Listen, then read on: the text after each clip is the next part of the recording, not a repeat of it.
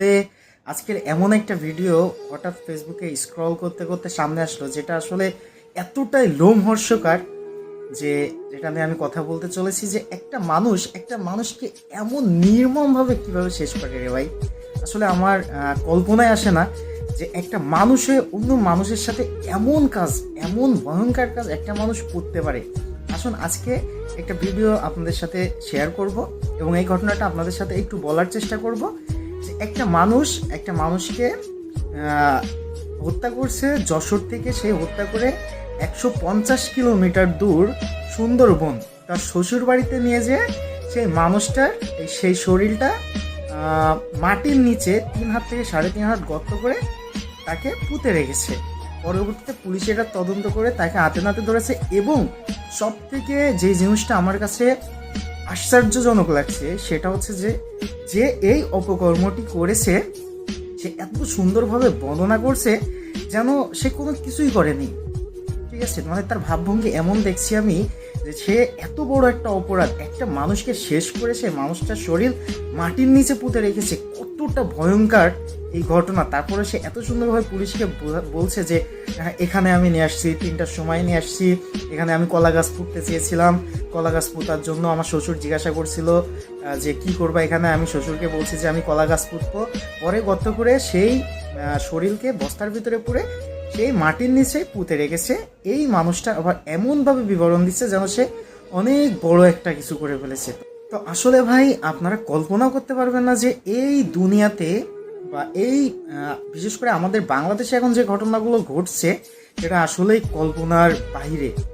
অবাস্তব ঘটনা যেগুলো আমি আসলে দেখছি, মানুষকে মারতে শেষ করতে দ্বিতীয়বারও ভাবছে না জীবনের মূল্যটা কোথায় রে ভাই।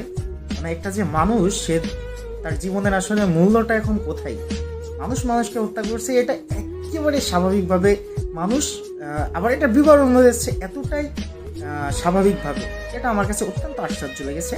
তো আপনারা ইতিমধ্যে দেখছেন যে সেই ছেলেটা কিছু কথা বলার চেষ্টা করছে, ভয়েস হয়তো বা শোনেননি। তো এখন আমি পুরো ভয়েসের সাথে সে কীভাবে তার এক্সপ্রেশনগুলো শেয়ার করছে, কীভাবে বলছে যে সে কীভাবে সেই মারার পর তাকে বস্তার ভিতরে করে ইজি বাইকে করে 150 কিলোমিটার দূর সুন্দরবন তার শ্বশুর বাড়িতে নিয়ে গিয়েছে। এবং এর ভিতরে কেউ কি তাকে প্রশ্ন করেছে? চলুন আগে তার মুখ থেকে আপনারা শুনবেন যে আসলে এই ঘটনাটা কিভাবে সে ঘটিয়েছে। বলেন তো। এইখানে ওই বস্তা শুদ্ধ আমি যে বস্তা থেকে নিয়ে আসছিলাম, ওই বস্তা শুদ্ধ লাস্টে আসেন কোথা থেকে মেরে নিয়ে আসছেন বলেন। কথা বলার খেয়াল করার চেষ্টা করবেন। মাটি দোয়া হাত দিয়ে দেখাও, হাত দিয়ে দেখাও। কার মাধ্যমে নিয়ে আসছিলেন? ওটা আজকে আমি নিজে আনছিলাম, আজকে ওই ভ্যান দিয়ে মানে প্রথম তুমি কি জীবিত নিয়ে আসছিলেন নাকি মৃত? কয়জনে মিলে নিয়ে আসছিলেন? কেমনে রে ভাই, মানুষ পারে কেমনে? জীবনের মূল্যটা কোথায় তাদের দেখেন, কাছে? কেউ জিজ্ঞাসা করেনি যশোর থেকে এবং আসার সময় না না ওই জিজ্ঞাসা করছে মানুষ, তো আমি বলছি যে মালের বস্তা, কিসের মাল? কাপড়ের। আমার এখানে আবার আমার বাসের দোকান আছে, তো এই জন্য কেউ কোনো সন্দেহ করে। কেউ সন্দেহ করেনি। এটা কার বাড়ি? এটা হচ্ছে আমার শ্বশুরই হয়। আর যে জমিতে লাস্ট মাটি দেওয়া, এই জমিটা কার? এটা হচ্ছে আমার নানা শ্বশুর। এটা শুনলেও তো শরীর কাটা এরা কি দিয়ে জানতো যে এখানে লাস্ট মাটি দেওয়া হচ্ছে? আর যখন কলা গাছ লাগাইছিল তখন শ্বশুর কি বলছিল?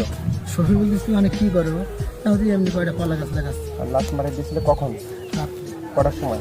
আমার গত করতে করতে মনে করেন যাচ্ছে বাইক ছিল প্রায় 3:30। 3:30। হ্যাঁ, ওটা কয় হাত গভীর করে আছে? রাত্রি যেতে পর্যন্ত 3 আর 3:30 সময়টা গত ওই কয়জন মিলে করছেন? আমি একাই করছি। লাস্টে কোন দিকে মাটি দেওয়া?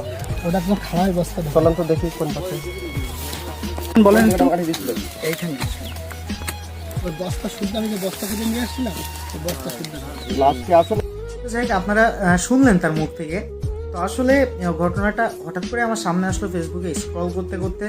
তো এটা অত্যন্ত আমার কাছে অবাক লাগছে যে সেই মানুষটা, সে যে একটা মানুষের জীবন, জলজান্ত জীবনকে শেষ করে দিয়েছে। তার কথার এক্সপ্রেশন, তার ভাবভঙ্গিতে মনেই হচ্ছে না যে সে এমন একটা কাজ করেছে। তার ভিতরে যে একটা ভয় ভীতি কাজ করবে যে না, একটা মানুষকে সে মেরে ফেলেছে বা শেষ করে ফেলেছে এবং সেটার সে মানে ধরা গাইছে এবং মানুষের সামনে বা পুলিশের সামনে সেটা বলছে।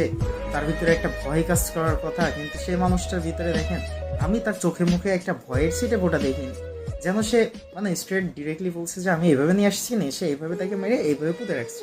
জীবন কি ভাই এতটাই সহজ যে একটা জীবন আপনি চাইলেন আর সাথে সাথে শেষ করে ফেললেন হাসি মুখে?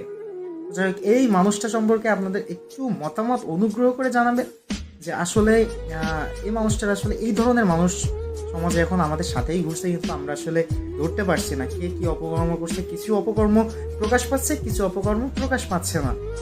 যেগুলো প্রকাশ পাচ্ছে সেগুলো আমরা দেখছি। তো অনেক আছে যেগুলো যে মাটি চাপা দিয়েছে না, এই মাটি চাপাতে সীমাবদ্ধ থেকে গেছে, যেগুলো সত্যতা কখনোই উন্মোচন হবে না, এখনো পর্যন্ত হয়নি, ভবিষ্যতে হবে না। এমন অনেক ঘটনা আছে। তো যাই হোক, কথা বড় করবো না, এই মানুষটা নিয়ে আপনাদের যে মন্তব্য অবশ্যই সেটা জানাবেন।